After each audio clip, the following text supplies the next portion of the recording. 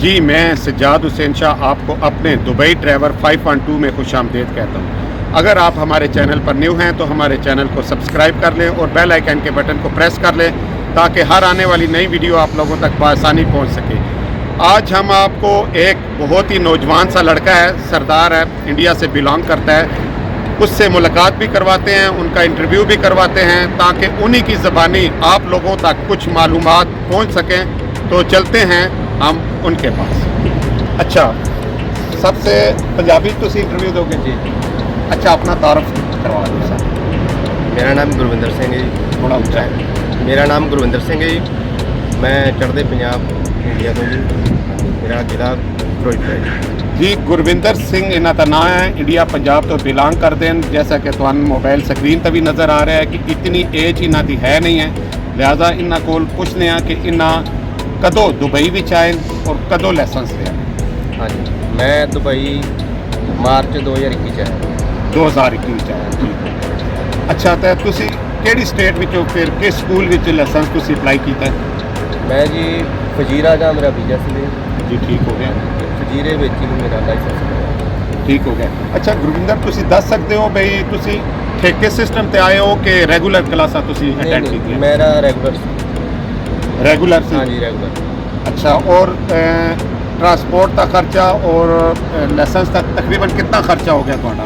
Total मेरा जी तकरीबन 35,000 dram लग गए। अच्छा नाजरीन, इन्हां ਦਾ ਟੋਟਲ ਖਰਚਾ 35,000 ਦਿਰਹਮ ਹੈ। ਬਾਅਦ ਵਿੱਚ ਕਈ ਵੀਵਰ ਸਾਡੇ ਕਮੈਂਟਸ ਵਿੱਚ ਪੁੱਛਦੇ ਵੀ ਹਨ ਬਈ 35,000 ਕਿਉਂ ਖਰਚਾ ਜ਼ਿਆਦਾ ਹੋ ਗਿਆ। ਲਿਹਾਜ਼ਾ ਅਸੀਂ ਇਹ ਸਵਾਲ ਬਜਾਏ ਕਿ ਤੁਸੀਂ ਬਾਅਦ ਵਿੱਚ ਪੁੱਛੋ, ਅਸੀਂ ਗੁਰਵਿੰਦਰ ਕੋ ਹੁਣ ਹੀ ਪੁੱਛ ਲੈਂਦੇ ਹਾਂ। ਪਰ 35,000 ਕੁਝ ਜ਼ਿਆਦਾ ਨਹੀਂ ਹੈ? कितनी ट्राई तुसी लाइसेंस लिया? मैं पहली ट्राई। पहली ट्राई।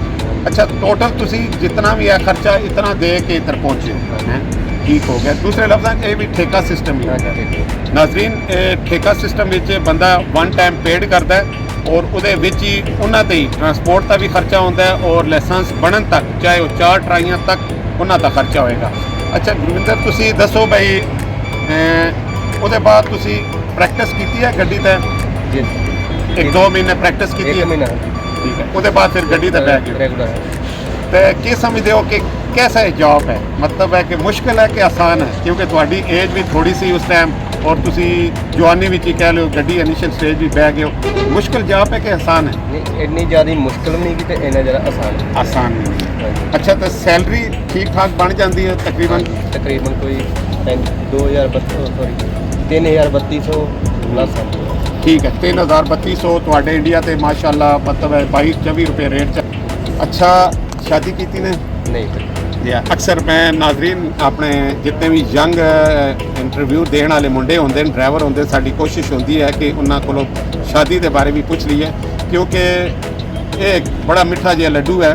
तुसी ये देखे होना, शादी का नाम लिया तो ये भी मुस्कुरा पे। ठीक है, एक मिठी जी मुस्कुराहट आ जाती है।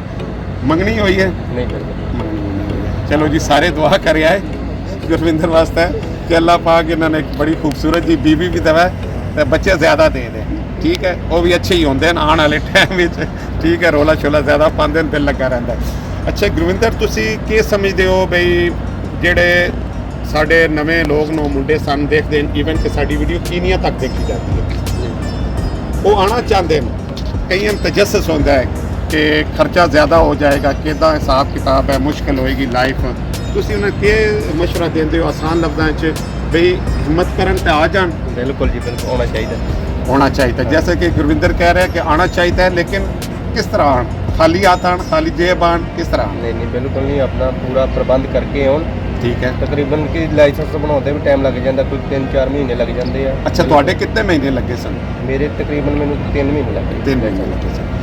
अच्छा, ਤੁਸੀਂ ਇਹ ਕਹਿੰਦੇ ਹੋ ਕਿ ਜਿਹੜਾ ਵੀ ਸਾਡੇ ਨਵੇਂ ਲੋਕ ਆਣ ਉਹ ਕਮ ਸੇ ਕਮ ਪਾਸਪੋਰਟ, ਵੀਜ਼ੇ ਤੇ, ਟਰਾਂਸਪੋਰਟ ਤੇ, ਲਾਇਸੈਂਸ ਤੇ ਪੈਸੇ ਆਪਣੇ ਲੈ ਕੇ ਆਣ ਤਾਂ ਕਿ ਉਹਨਾਂ ਨੂੰ ਪਰੇਸ਼ਾਨੀ ਨਾ ਹੋਵੇ, ਕਿਉਂਕਿ 3 ਤੋਂ 4 ਮਹੀਨੇ ਲੱਗ ਸਕਦੇ ਨੇ। ਜ਼ਹਿਰ ਉਹਨਾਂ ਖਾਣਾ ਪੀਣਾ ਵੀ ਸਾਰਾ ਕੁਝ ਮਾਮਲਾਤ ਹੁੰਦੇ ਨੇ। ਇੱਥੇ ਕੋਈ ਦੋਸਤ ਕਿਸੇ ਦੋਸਤ ਦੀ ਮਦਦ ਨਹੀਂ ਕਰਦਾ।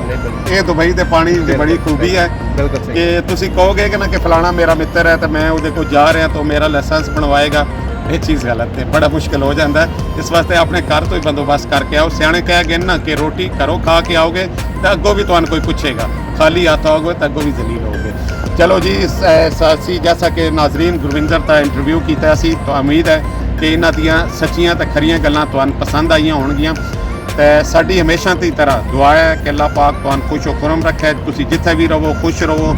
ਤੇ ਮੈਂ ਔਰ ਗੁਰਵਿੰਦਰ ਨੂੰ ਇਜਾਜ਼ਤ ਦਿਓ, ਇਹ ਅਗਲੀ ਵੀਡੀਓ ਤੱਕ ਅੱਲਾਹ ਹਾਫਿਜ਼।